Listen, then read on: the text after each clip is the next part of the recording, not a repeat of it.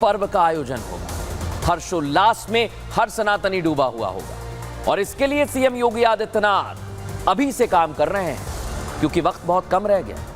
वो ये जानते हैं कि ये तभी संभव है जब साधु संतों के विचारों और उनकी मांगों को अच्छे से सुना जाए। इसलिए आज वो जब प्रयागराज पहुंचे तो उन्होंने अखाड़ा परिषद के साथ एक बैठक की और योगी ऐसा करके बहुत बड़ा संदेश दे रहे हैं। क्या दे रहे हैं?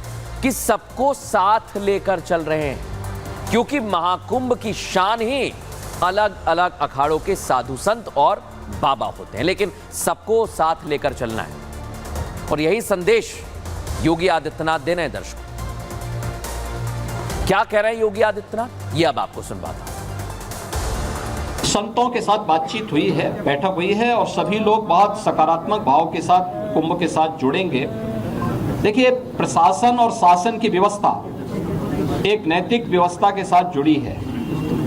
कुंभ का आयोजन या इस प्रकार के आध्यात्मिक और सांस्कृतिक आयोजन वास्तव में सनातन धर्म के पार्ट हैं और इसका मुख्य आयोजक और इसका जो होस्ट होता है वह संत ही होते हैं और संत ही इस व्यवस्था के साथ जुड़ करके इसे भव्य और दिव्य बनाएंगे और प्रयागराज को एक बार फिर से हम वैश्विक स्तर पर पहुंचाने का कार्य करेंगे।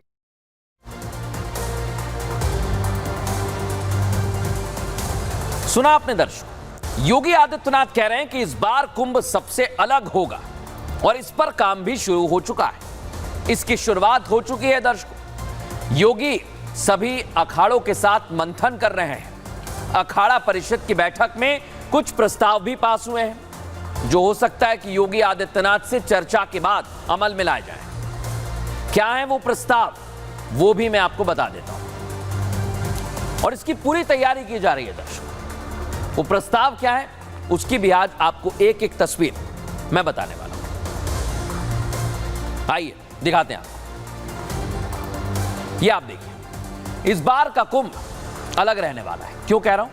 क्योंकि कुंभ में आने वाले सभी साधु संतों को बाकायदा एक आई कार्ड दिया जाएगा। कुंभ में आने वाले लोगों के पास आधार कार्ड भी होना जरूरी है। अगर आप आ रहे हैं, टिकट है, तो आधार कार्ड लेकर जाइएगा।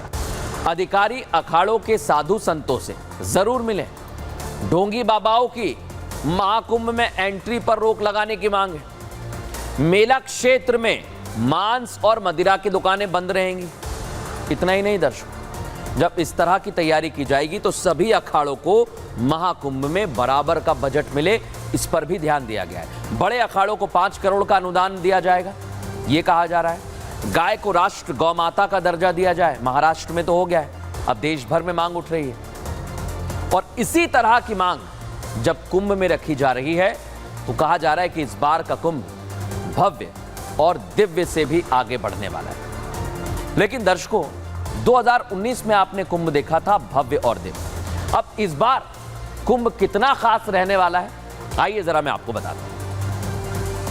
ये आप देखिए, समुद्र मंथन हुआ था दर्शकों, उसके बाद अमृत की बूंदें जगह जगह गिरी और वहीं पर कुंभ होता है।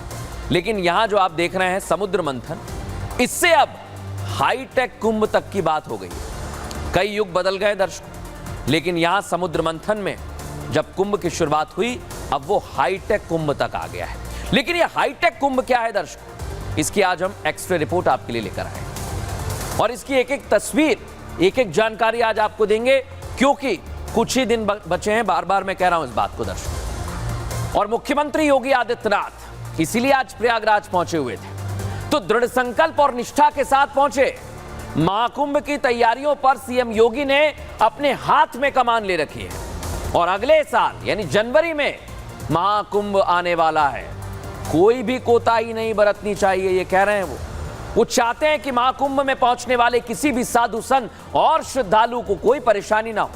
कदम कदम पर हर सनातनी पृथ्वी के सबसे बड़े मेले का, सबसे बड़े सांस्कृतिक मेले का आनंद उठाए। दर्शकों, सनातनी आस्था की डुबकी लगाए, इसलिए वो महाकुंभ से जुड़ी हर छोटी से छोटी चीज पर खुद नजर बना रहे हैं, निर्णय ले रहे हैं और ये संदेश उन्होंने आज प्रयागराज पहुंचकर दोहराया। कैसे वो सबकी सुविधा में जुटे हुए हैं ये मैं आपको आगे सुनवाऊंगा, लेकिन उससे पहले देखिए कैसे ये कुंभ हाईटेक होने वाला है, सबसे अलग होने वाला है। और बड़ी बात यही है, जब हाईटेक कुंभ की बात है तो उसमें पूरी तरह से तैयारी की जा रही है दर्शकों। क्या तैयारी, आइए आपको जल्दी से बता देता हूं, फिर बताऊंगा योगी आदित्यनाथ क्या कह रहे हैं, साधु संत क्या कह रहे हैं। ये आप देखिए, जो कुंभ है यहां से शुरू हुआ और अब हाईटेक तक सफर तय कर लिया। महाकुंभ के लिए 6000 करोड़ की परियोजनाओं पर काम चल रहा है दर्शकों। महाकुंभ के दौरान 550 शटल बस सेवा शुरू की जाएगी। इनमें 200 ई बस होंगी और 350 बस यूपी रोडवेज की होने वाली है। 7000 बसें मेला परिसर में लगाई जाएंगी। इतना बड़ा क्षेत्र होगा, सोचिए जरा। जनवरी से ये बस शटल की तरह चलने लगेंगी, सुविधा मिलेगी इसकी। महाकुंभ से पहले रोडवेज बसों में बड़ा बदलाव किया जाएगा, सुधार भी किया जाएगा। सभी बसों में यात्रियों की सुरक्षा के लिए पैनिक बटन लगाए जाएंगे। कोई भी दिक्कत हो आप बटन दबा दीजिए।